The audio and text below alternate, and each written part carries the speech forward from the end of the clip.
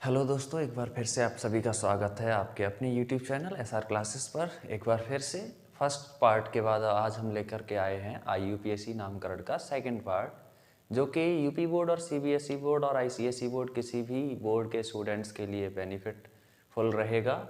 ये आपको अंत तक देखने के बाद इसमें से आपको काफ़ी सारी चीज़ें समझ में आने वाली हैं और आप वीडियो के अंत तक बने रहिए। अंत तक देखने के बाद आप किसी भी हाइड्रोकार्बन का आईयूपीएसी नामकरण आसानी से कर पाएंगे। तो चलिए एक बार शुरू करते हैं। तो सबसे पहले अगर आपने फर्स्ट पार्ट नहीं देखा है तो इस वीडियो का पहले फर्स्ट पार्ट देख लीजिए, उसके बाद पार्ट सेकंड आपको बहुत ही बेहतर तरीके से समझ में आएगा। तो चलिए शुरू करते हैं और देखते हैं कि फर्स्ट वीडियो के बाद आगे बात करते हैं सेकंड वीडियो में क्या है। तो सेकंड वीडियो में हम क्रियात्मक समूहों के नामों के बारे में चर्चा करेंगे। क्रियात्मक समूहों में सबसे पहले हम हेलो ग्रुप को ले लेते हैं। तो देखिए, हेलो ग्रुप के लिए मैंने आपको फर्स्ट वीडियो में बताया था कि हेलो ग्रुप में मुख्य रूप से हमारे पास तीन चीज़ें हैं, क्लोरो, ब्रोमो और आइडो। अगर किसी भी हाइड्रोकार्बन में ये तीनों के तीनों जुड़े हुए हैं, या तीनों नहीं, तीनों में से कोई ना कोई एक जुड़ा होगा, तीनों में से कोई ना कोई एक जुड़ा हुआ है अगर, तो फिर हम क्या करेंगे, इसका नाम कैसे लिखेंगे वो हमें चेक करना है। तो एक बार पहले हम एक उदाहरण ले लेते हैं और उदाहरण में हम देखते हैं, हमने देखा CH3, CH2 और CH2Cl, ये हमने एक उदाहरण लिख लिया। तो अगर हम इसका एक सामान्य सूत्र लिखेंगे तो C हमारे पास इसमें 3 है, यानी कि हम इसको लिख सकते हैं C3। H को गिनती करके लिखेंगे तो 3 और 2 5 और 2 7, यानी कि H7 और Cl। ये है हमारे पास क्वेश्चन। इसको हम फैला करके ऐसे लिख सकते हैं, इसी का चित्र बनाएंगे तो कैसे बनाएंगे, हमारे पास 3 कार्बन हैं और तीनों कार्बनों को हम इस तरीके से लिख लेंगे और उसके बाद हाइड्रोजन 7, हम 7 हाइड्रोजन को इस तरीके से बना देंगे, 1 2 3 4 5 6 और 7। फिर आगे हमें क्लोरीन लिख लेना है। तो इस प्रकार हमारे पास ये यौगिक हो गया, हाइड्रोकार्बन हो गया, जिसका हमें नाम रखना है। तो देखिए नाम कैसे लिखेंगे हम। तो कल हमने देखा था कि 3 कार्बन के लिए, 1 2 3, 3 कार्बन के लिए नाम होता है PROP, प्रॉप। अब इसमें हर जगह पर हम देख रहे हैं सिंगल बॉन्ड है, एकल आबंध है, और एकल आबंध यानी कि सिंगल बॉन्ड के लिए हम इसमें क्या जोड़ देते हैं, ANE। अब हमें करना क्या है, जो भी हमारा हेलो ग्रुप का कोई भी तत्व जुड़ा हुआ है, जैसे कि क्लोरो जुड़ा हुआ है Cl, तो Cl के लिए आप यहाँ नाम देखिए, Cl के लिए नाम क्या होता है, क्लोरो। तो यहाँ पर हम इसके आगे नाम जोड़ देंगे क्लोरो, तो इसका नाम हो जाएगा क्लोरो प्रोपेन। इंग्लिश में इसी को कैसे लिख देंगे, क्लोरो एक साथ और प्रोपेन अलग एक साथ। तो इस प्रकार से इस यौगिक का नाम, इस हाइड्रोकार्बन का नाम हो जाएगा क्लोरोप्रोपेन। अब अगर इसी में हम कुछ चेंजेस करके देखें, तो चेंजेस करके देखेंगे तो क्लोरीन को हम यहाँ पर लगाने के बजाय यहाँ पर लगा देते हैं, तो यहाँ हाइड्रोजन कर देते हैं और यहाँ क्लोरीन कर देते हैं।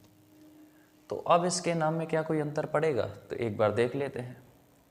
तो ऐसा होने पर जब क्लोरीन यानी कि कोई भी क्रियात्मक समूह, कोई भी फंक्शनल ग्रुप अगर आखिरी वाले कार्बन से नहीं जुड़ा है, तो फिर हमें कार्बन की चेन पर ध्यान देना है।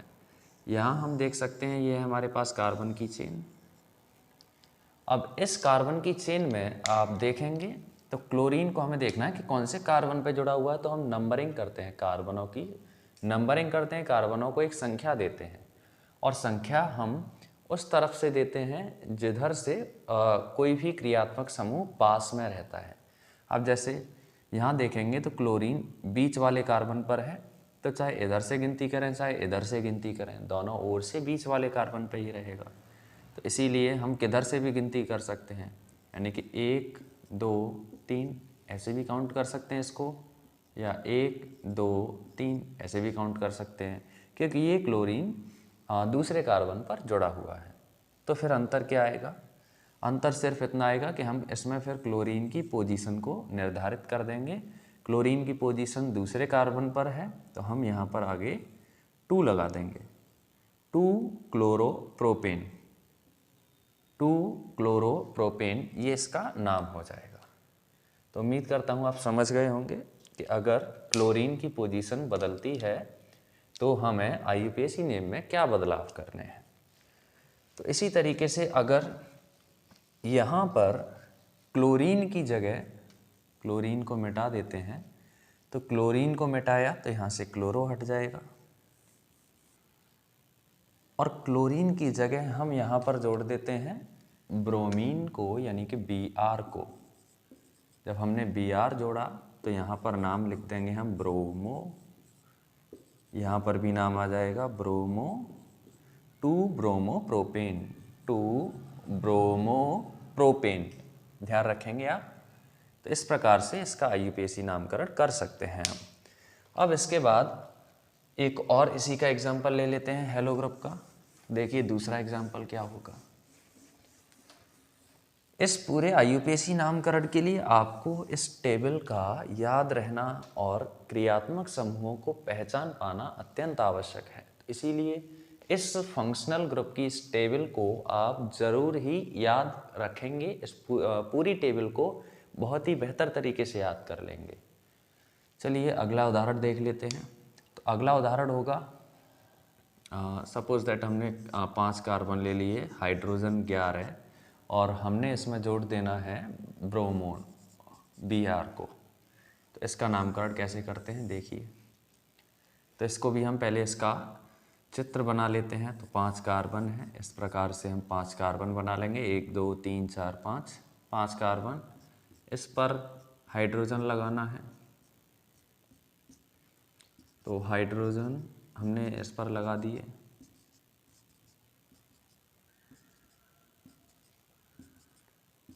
और यहाँ हमने जोड़ दिया Br को। तो देखिए इसको भी हम नाम कैसे देंगे। हमने देखा है 5 कार्बन के लिए नाम क्या होता है, तो 5 कार्बन के लिए नाम क्या होता है, PENT, पेंट। अब यहाँ पर पूरे में एकल आबंध है, ये पूरा का पूरा जो यौगिक है ये एल्केन से बिलोंग करता है, ये एल्केन से बिलोंग करता है क्योंकि इसमें पूरे में एकल आबंध है, और क्योंकि ये एल्केन से बिलोंग कर रहा है तो इसका हमें ANE यहाँ से लेकर के यहाँ जोड़ देना है, ANE। तो हमने क्या किया, यहाँ कार्बन की संख्या लिखी, कार्बन की संख्या लिखी, यहाँ हमने एल्केन से ANE जोड़ा, और आगे हम क्रियात्मक समूह, जो कि हमारा इसमें क्या है, हेलो ग्रुप है, हेलो समूह है। तो इसीलिए हम क्या करेंगे, इसमें आगे जोड़ देंगे, कौन सा है हमारा, ब्रोमो, तो BROMO, ब्रोमो, इसको जोड़ देते हैं। तो हमारे पास फाइनल नेम क्या आएगा देख लीजिए, ब्रोमोपेंटेन। क्या आ जाएगा, ब्रोमोपेंटेन, ये हमारे पास फाइनल नेम आ जाएगा। हिंदी में भी इसको लिखेंगे हम ब्रोमोपेंटेन। चलिए आगे देखते हैं। अगर हम क्या हो कि इस ब्रोमो को यहाँ से हटाने के बाद यहाँ जोड़ देते हैं। चलिए हमने यहाँ पर हाइड्रोजन जोड़ दिया, जो कि यहाँ था वो हाइड्रोजन यहाँ, और Br को कर दिया यहाँ। तो अब देखिए अब क्या करना पड़ेगा, क्या नाम में कोई बदलाव आएगा। एक बार देख लेते हैं इस नाम में क्या बदलाव आने वाला है। तो इस नाम में बदलाव हम देखेंगे, तो देखिए यहाँ पर भी मैंने क्या कहा था कि अगर पहले कार्बन से हट जाता है अगर कोई भी क्रियात्मक समूह, तो हमें फिर उसकी कार्बन की चेन की गिनती करनी है कि कौन से कार्बन पर वो क्रियात्मक समूह को जोड़ा गया है। तो Br को देखिए कौन से क्रियात्मक समूह पर जोड़ा गया है, यहाँ अगर हम इधर से लेफ़्ट साइड से गिनती करेंगे तो ये पहला कार्बन, ये दूसरा, ये तीसरा, ये चौथा, ये पांचवा। और राइट साइड से अगर लेफ़्ट साइड की तरफ गिनती करेंगे तो ये पहला कार्बन, ये दूसरा, ये तीसरा, ये चौथा और ये पांचवा कार्बन।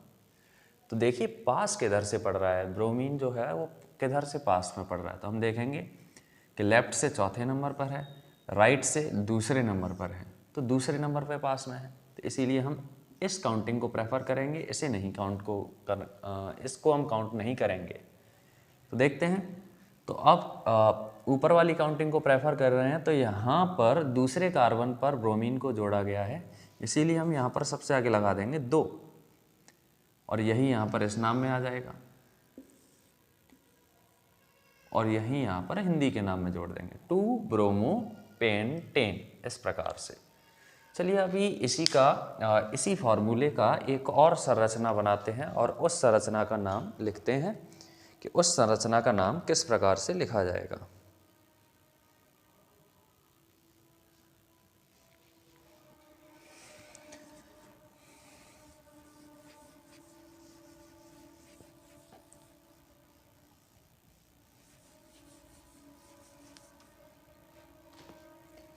देखते हैं इसकी एक और संरचना। हम बनाते हैं एक कार्बन की चेन, कुल मिला के हमें 5 कार्बन बनाने हैं। तो कुछ इस प्रकार से हम 5 कार्बनों को जोड़ सकते हैं। कितना इंटरेस्टिंग वे है अब ये। अब देखिए इसमें हम हाइड्रोजन को जोड़ते हैं। अब इसमें अगर हम हाइड्रोजन को जोड़ें तो देखिए एक हाइड्रोजन इधर, एक इधर और एक इधर। ऐसे ही इस कार्बन से भी 3 हाइड्रोजन जुड़ जाएंगे, इस कार्बन से भी 3 हाइड्रोजन जुड़ जाएंगे और इस कार्बन से 2 हाइड्रोजन जोड़ देते हैं और एक हमारा जो कि क्रियात्मक समूह है, फंक्शनल ग्रुप है, वो जोड़ देते हैं। और जो फंक्शनल ग्रुप देखते हैं कि फंक्शनल ग्रुप इसमें हमारा पास कौन सा है, तो इसमें हमारे पास फंक्शनल ग्रुप है Br, ब्रोमो, इसको हमने जोड़ दिया है। तो चलिए आगे देखते हैं कि आगे हमें इसका नाम कैसे लिखना है। तो देखिए इसमें हमारे पास अब है तो 5 कार्बन, लेकिन वो एक चेन में नहीं है और एक चेन में नहीं है तो फिर हम इसका नाम 5 कार्बन के अनुसार नहीं लिखने वाले हैं। हम देखेंगे इसमें चेन कौन कौन सी बन रही हैं। तो देखिए पॉसिबल चेन कौन कौन सी हैं। एक चेन ये है कार्बन की और एक दूसरी चेन ये है।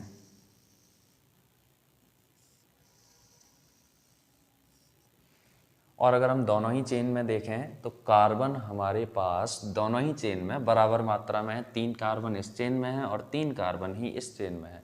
तो अब हम क्या करने वाले हैं, अब हम ऐसी स्थिति में लंबी कार्बन चेन को लेते हैं, लेकिन लंबी तो यहाँ कोई नहीं है, दोनों बराबर है। तो अब क्या करेंगे, अब हम वो वाली चेन को लेंगे जिसमें क्रियात्मक समूह मौजूद होता है। तो ब्रोमो को ले लेते हैं, ब्रोमो वाली चेन जो कि सीधी सीधी है। तो देखिए तो सीधी सीधी चेन है, यानी कि इस चेन से हम देखेंगे 3 कार्बन की चेन है तो लिखेंगे हम प्रोप। सिंगल बॉन्ड है यानी कि एल्केन से बिलोंग करता है तो ANE जोड़ दिया इसमें हमने।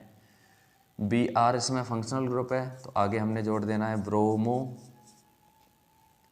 तो हमने क्या क्या जोड़ा है इसमें, ब्रोमो जोड़ा है, प्रोप जोड़ा है, एन जोड़ा है। अब इसमें देखिए 2 चीज़ें और हैं जो कि इसमें एक्स्ट्रा तरीके से जुड़ी हुई हैं। एक्स्ट्रा कौन कौन सी चीज़ें जुड़ी हुई हैं वो देख लीजिए। एक इस तरफ और एक इस तरफ, ध्यान से देखें तो इधर क्या जुड़ा है CH3, इधर भी CH3, दोनों ओर हमारे पास CH3 जुड़ा हुआ है। अब देखिए यहाँ पर हमें ये बताना पड़ेगा कि ये CH3 कौन से कार्बन की संख्या पे जुड़ा हुआ है। तो यहाँ से हम काउंट कर लेते हैं, ऊपर से काउंट करिए या नीचे से काउंट करिए, कार्बन भी इसमें दूसरा ही रहेगा जिस पर ये जुड़ा हुआ है। तो देखिए अब हम नाम क्या लिखने वाले हैं, दूसरे कार्बन पर 2 जगह पर CH3 को जोड़ा गया है। पिछले वीडियो में मैंने आपको बताया था कि CH3 इसका नाम होता है मैथिल या मिथाइल, जो कि एल्किल समूह से बिलोंग करता है, इसीलिए हमने इसमें बाई-एल जोड़ रखा है। कार्बन एक है उसके लिए मैथ और एल्किल समूह से है इसीलिए बाई-एल। तो तो ये मैथिल समूह है। तो दो मैथिल हैं, एक राइट में मैथिल है और एक लेफ्ट में मैथिल है, और दोनों दूसरे कार्बन पर जुड़े हुए हैं। तो हम क्या लिखेंगे 2,2, यानी कि ये वाला भी दूसरे नंबर पर और ये वाला भी दूसरे नंबर पर, और दो हैं तो डाई मैथिल 2,2, यानी कि ये दोनों ही दूसरे पर हैं, और दो हैं तो डाई मैथिल। अब आगे हमारा जो नाम बचा, अब वो नाम लिखेंगे हम अपना। तो हमारे पास देखिए और क्या नाम था, 2,2 डाई मैथिल ब्रोमोप्रोपेन, ब्रोमोप्रोपेन, ये हमारा नाम हो जाएगा पूरा। यहाँ से लेकर के यहाँ तक इसका पूरा नाम हो गया। कितनी जल्दी इसने अपना रूप बदल लिया, रूप परिवर्तित कर लिया। अभी हमने कुछ समय पहले देखा था, जब ये कुछ इस प्रकार से था, एक सीधी चेन के रूप में 500 कार्बन थे, Br जुड़ा हुआ था, हाइड्रोजन जुड़े हुए थे। तो हमने देखा था कि कितना आसान था इसका नाम लिखना। ये जो फॉर्मूला है, इस फॉर्मूले का यहाँ नाम अलग आया, यहाँ नाम अलग आया, यानी कि स्ट्रक्चर, संरचना के अनुसार नाम बदल रहा है, या तो अपना रूप बदल रहा है। तो यहाँ देखिए, यहाँ हमने नाम क्या लिखा था, ब्रोमो पेंटेन, क्योंकि 5 कार्बन की सीधी लंबी चेन हमारे पास थी, तो इसीलिए हमने लिख दिया ब्रोमो पेंटेन। तो आप ध्यान रखेंगे, इस प्रकार से हमें अपने सारे के सारे नाम लिखने होंगे। तो चलिए इसके बाद अब हम बढ़ते हैं अपने अगले क्रियात्मक समूह की ओर, जो कि है हमारा एल्कोहल। एल्कोहल के लिए हम याद रखेंगे, एल्कोहल के लिए, एल्कोहल में जो क्रियात्मक समूह होता है, फंक्शनल ग्रुप होता है, वो होता है OH। OH अक्षर से हम इसे प्रदर्शित करते हैं, OH अक्षर से इसे हम प्रदर्शित करते हैं। तो आगे देखिए, लिख लेते हैं एल्कोहल,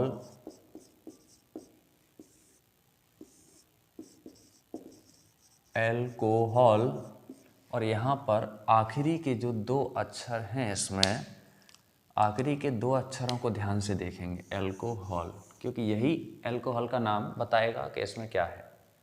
चलिए इसका फॉर्मूला लिख लेते हैं। सपोज दैट हमने लिखा C2H5। अब क्योंकि इसमें क्रियात्मक समूह यानी कि फंक्शनल ग्रुप हमारे पास OH है, तो यहाँ लिख देते हैं OH। तो देखते हैं आगे क्या होता है। इसका नाम, संरचना बनाते हैं इसकी, 2 कार्बन की चेन, इसमें हाइड्रोजन भी जुड़े हुए हैं। अब तो जोड़ते हैं, 2 कार्बन की चेन, हाइड्रोजन, एक हाइड्रोजन यहाँ, एक हाइड्रोजन यहाँ, एक यहाँ, एक यहाँ, एक यहाँ, और एक तरफ जोड़ देना है OH। तो इसका नाम क्या होगा, 2 कार्बन की चेन, यानी कि ETH। एथ इसका नाम हो जाएगा। कार्बन की संख्या के लिए हर जगह सिंगल बॉन्ड ANE, यहाँ हमने जोड़ देना है। उसके बाद सबसे पीछे एक चीज़ याद रखेंगे हम, ये चारों प्रीफिक्स होंगे, यानी कि सबसे पीछे जुड़ने वाले, और ये अकेला सफिक्स होगा, यानी कि आगे जुड़ने वाला। तो इसका नाम हमने आगे जोड़ा था, क्लोरोपेंटेन, क्लोरो ब्यूटेन, या क्लोरो हम कह सकते हैं ईथेन। तो इस प्रकार से सफिक्स के रूप में आएंगे ये सारे के सारे। और जब नीचे वाले देखेंगे हम, एल्कोहल, एल्डिहाइड, कीटोन और कार्बोक्सिलिक अम्ल को, तो इनको हम प्रीफिक्स के रूप में पीछे की तरफ जोड़ेंगे। तो हमने ईथ और ANEN लिख लिया है। अब हम पीछे की तरफ जोड़ने वाले हैं क्या, इसका नाम, और इसका नाम मैंने क्या बताया आपको, OL। और OL हमने कहाँ से लिया, एल्कोहल के पीछे के 2 अक्षरों से, तो OL जोड़ देना है, तो ये हो जाएगा एथेनॉल। और यहाँ देखिए, इस चीज़ में आपको एक और चीज़ ध्यान रखनी होगी, वो क्या है, यहाँ आपको ध्यान रखना है कि E और O दोनों यहाँ पर लगातार वॉवेल्स आ रहे हैं, स्वर आ रहे हैं अंग्रेजी के। तो यहाँ ऐसी स्थिति में क्या होता है, E को हटा देते हैं हम, और E को हटा करके क्या डायरेक्ट जोड़ देते हैं O। तो यहाँ बन जाएगा एथेनॉल इसका नाम। ध्यान रखेंगे आप। अब देखते हैं आगे एक और अगला नाम और एक अगला एग्जाम्पल देखते हैं क्या एग्जाम्पल होता है। C4H9OH, ये हमारे पास एक यौगिक है, एक कंपाउंड है और इस कंपाउंड को देखते हैं इस कंपाउंड का नाम क्या होने वाला है, इस हाइड्रोकार्बन का नाम क्या होने वाला है। तो चलिए पहले इसका स्ट्रक्चर बना लेते हैं। तो इसके भी हम दो स्ट्रक्चर देखेंगे और दोनों के अलग अलग नाम देखेंगे। तो पहले बनाते हैं लगातार लंबी चेन 4 कार्बन्स की, इधर लिखा OH, यहाँ हमने जोड़ दिया है हाइड्रोजन को जिनकी संख्या है 1 2 3 4 5 6 7 8 और 9। तो अब इस यौगिक का नाम देखिए, इस हाइड्रोकार्बन का नाम देखिए क्या पड़ता है, 4 कार्बन की लंबी चेन। तो 4 कार्बन के लिए नाम ब्यूट, हर जगह सिंगल बॉन्ड, एन। हमारे पास क्रियात्मक समूह के रूप में है एल्कोहल, OH के रूप में है। प्रीफिक्स में जोड़ना है, सबसे पीछे जोड़ना है और प्रीफिक्स में जोड़ेंगे तो यहाँ पर हम जोड़ देंगे OL, O जुड़ेगा तो E हटेगा तो आ जाएगा ब्यूटेनॉल। ये हमारे पास नाम हो गया। इसको हिंदी में कैसे लिखेंगे, ब्यूटेनॉल। ध्यान रखेंगे। अगला देखते हैं, अगला नाम क्या होने वाला है। अगली संरचना के अनुसार यौगिक यही है, संरचना बदलेगा नाम बदलेगा। तो देखिए हमें पहले बना लेना है 4 कार्बन्स को। ये हो गए 4 कार्बन, 1 2 3 4 कार्बन। इधर जोड़ दिया हमने OH,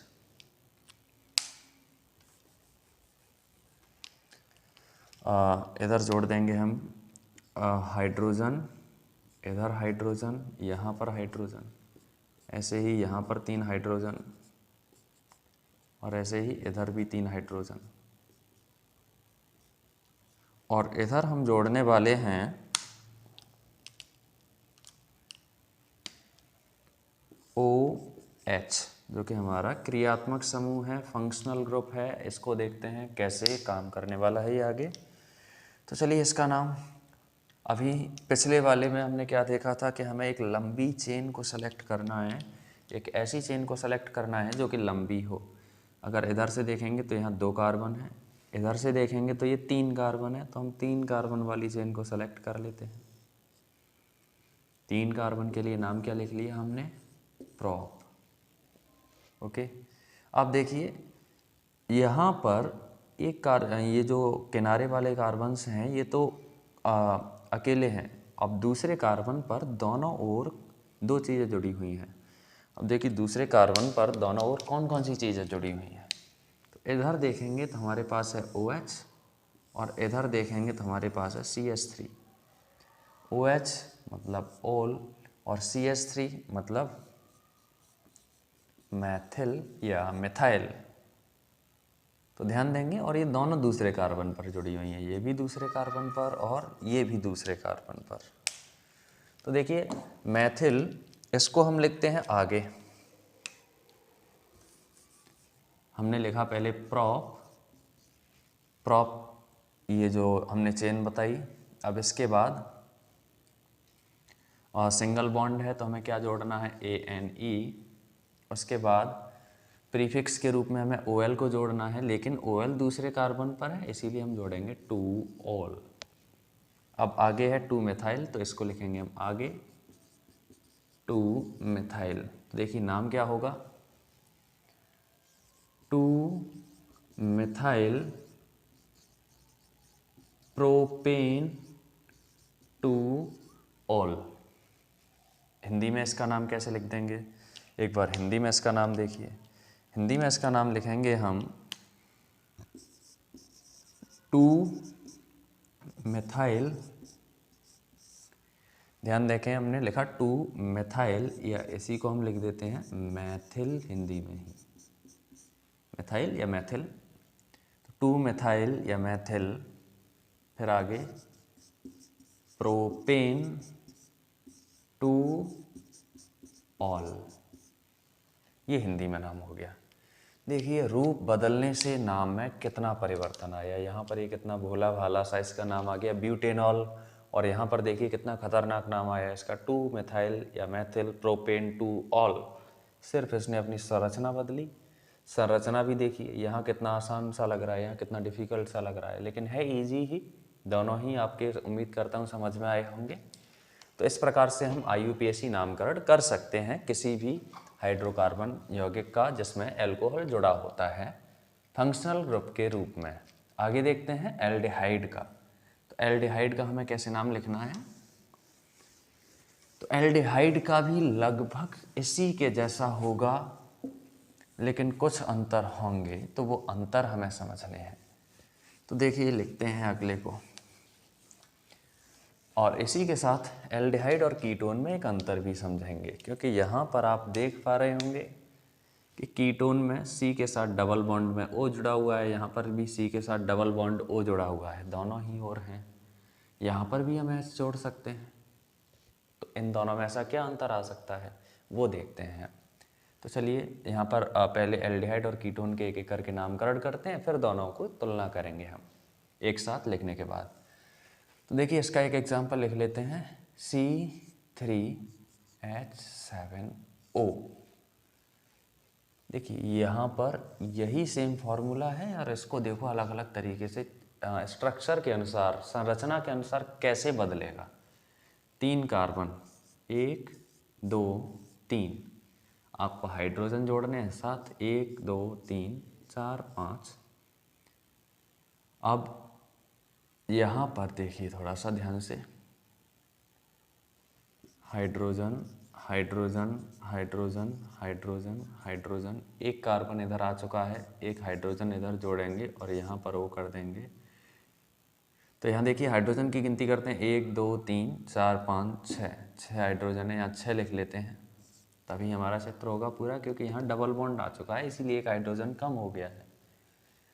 अब आगे देखिए इसी का एक दूसरा स्ट्रक्चर, एक तो हमारे पास ये हो गया, एक दूसरा देखते हैं। और दूसरा देखिए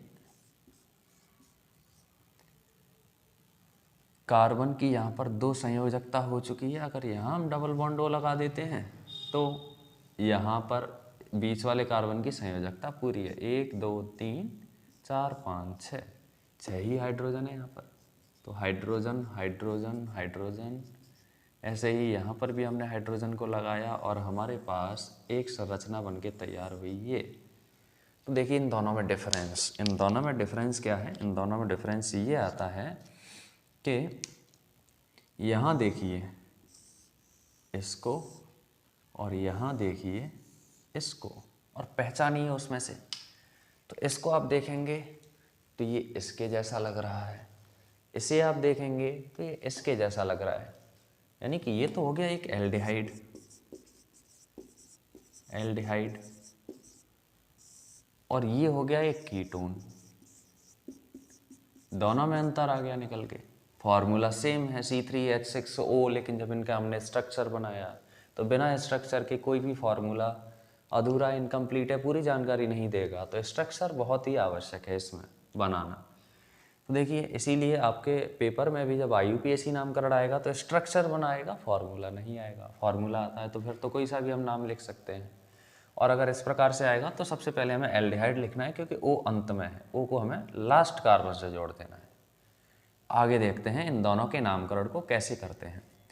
तो देखिए यहाँ पर हम देखेंगे 3 कार्बन की चेन, और 3 कार्बन के लिए नाम prop single bond ANE।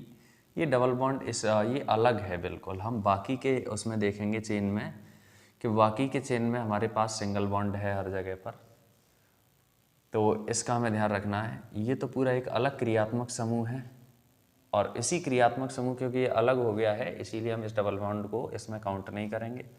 Prop धन एन। अब मैंने आपको बताया था कि एल्डिहाइड के लिए हमें क्या जोड़ना है, यहाँ से आप ध्यान रखेंगे एल्डिहाइड के लिए हमें जोड़ना है ये वाला Al, यहाँ से Al, तो Al हमें पीछे जोड़ देना है इसमें, तो नाम हमारा क्या बन जाएगा। और यहाँ पर भी देखिए लगातार 2 स्वर आ रहे हैं, तो ये जो ई है ये हट जाएगा, ख़त्म हो जाएगा, तो ये बन जाएगा प्रोपेनल।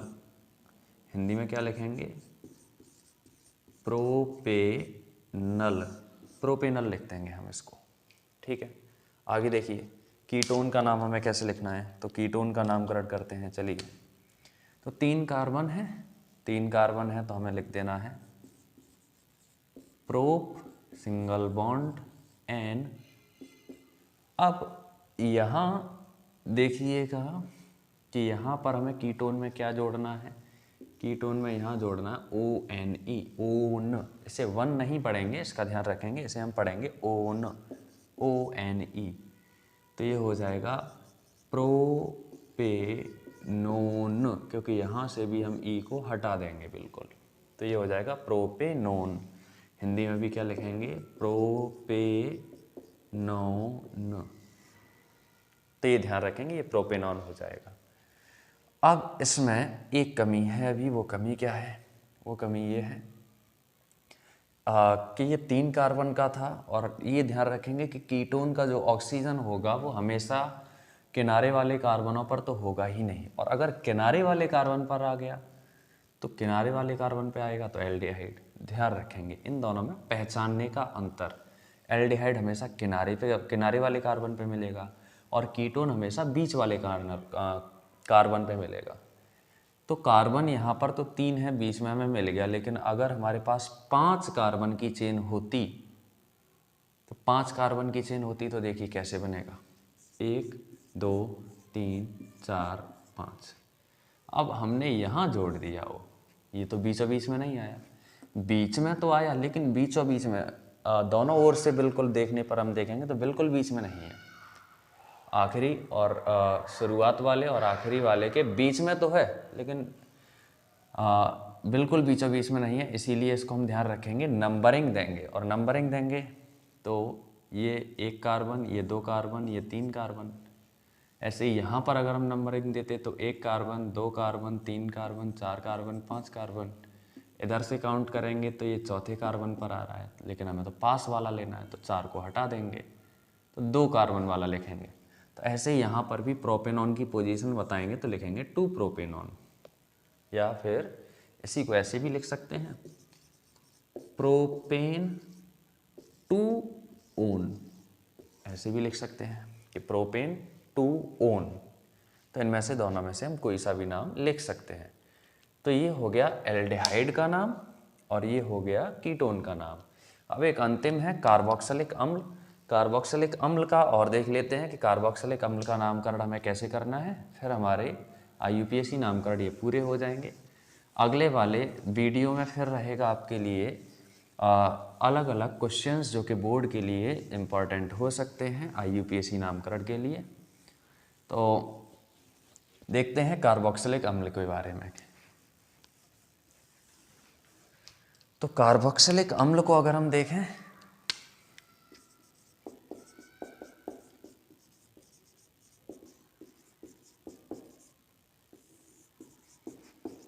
कार्बोक्सिलिक अम्ल जिसे इंग्लिश में कहेंगे कार्बोक्सिलिक एसिड। तो कार्बोक्सिलिक एसिड, इसका इधर गलत बना हुआ है थोड़ा सा, मैं इसे करेक्ट कर देता हूँ।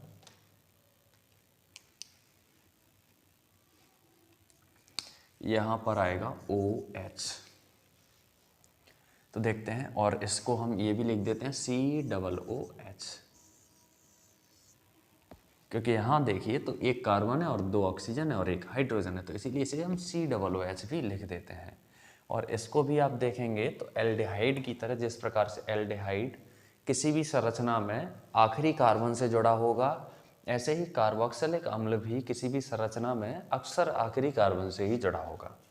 तो इसको भी देख लेते हैं, इसका भी एक एग्जाम्पल लिखते हैं।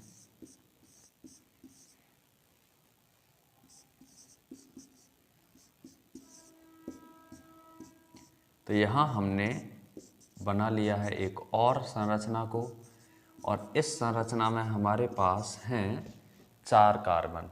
तो देखिए, और इस संरचना में अगर आप देखेंगे तो हमारा जो फंक्शनल ग्रुप है COOH, ये बिल्कुल लास्ट में है।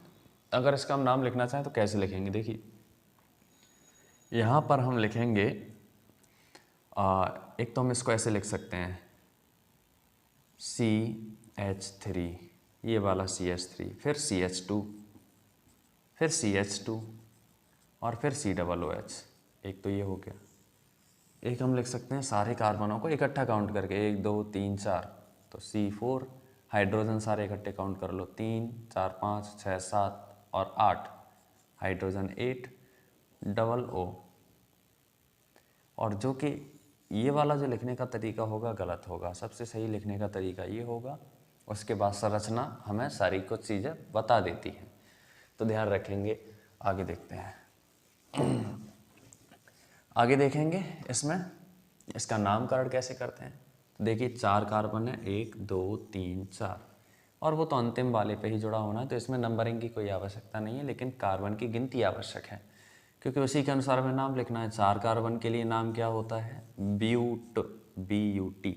इसको बट नहीं पढ़ेंगे, इंग्लिश अलग और केमिस्ट्री का UPSC नामकरण अलग, तो इसको हम ब्यूट पढ़ेंगे, ब्यूट। उसके बाद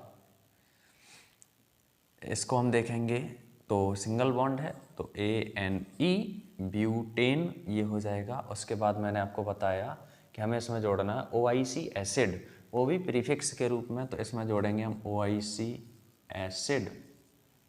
तो यहाँ देखिए लगातार 2 वॉवेल्स फिर से आ गए, तो E को हटा दिया, तो क्या बना, butanoic ANOIC acid, butanoic acid. Hindi में क्या लिख देंगे, ब्यूटेनोइक, और एसिड को हिंदी में क्या कह देंगे, अम्ल, ब्यूटेनोइक अम्ल, ये हिंदी में नाम हो जाएगा हिंदी मीडियम के छात्रों के लिए, और इंग्लिश मीडियम के छात्रों के लिए नाम हो जाएगा ब्यूटेनोइक एसिड। तो यहाँ से हम ये भी देख सकते हैं कि IUPAC नामकरण में हिंदी मीडियम और इंग्लिश मीडियम में ज़्यादा डिफरेंस है नहीं वैसे, तो ध्यान रखेंगे इस चीज़ को। अब इसके बाद, क्योंकि लगभग मैंने आपको सारे एक एक एग्जाम्पल्स के साथ करा दिए हैं क्रियात्मक समूह के नामकरण जितने भी हो सकते हैं संभव, अब बोर्ड एग्जाम्स के लिए जो भी इम्पोर्टेंट क्वेश्चंस बचते हैं IUPAC नामकरण से संबंधित, अगली वीडियो जल्द ही आपको देखने के लिए मिलेगी। उसके लिए तो बने रहिए हमारे साथ, चैनल को सब्सक्राइब कीजिए, वीडियो को लाइक और शेयर कीजिए अपने दोस्तों के साथ ताकि उनको भी इस वीडियो का फ़ायदा मिल सके, और कमेंट कीजिए आपको वीडियो कैसी लगी। Thank you.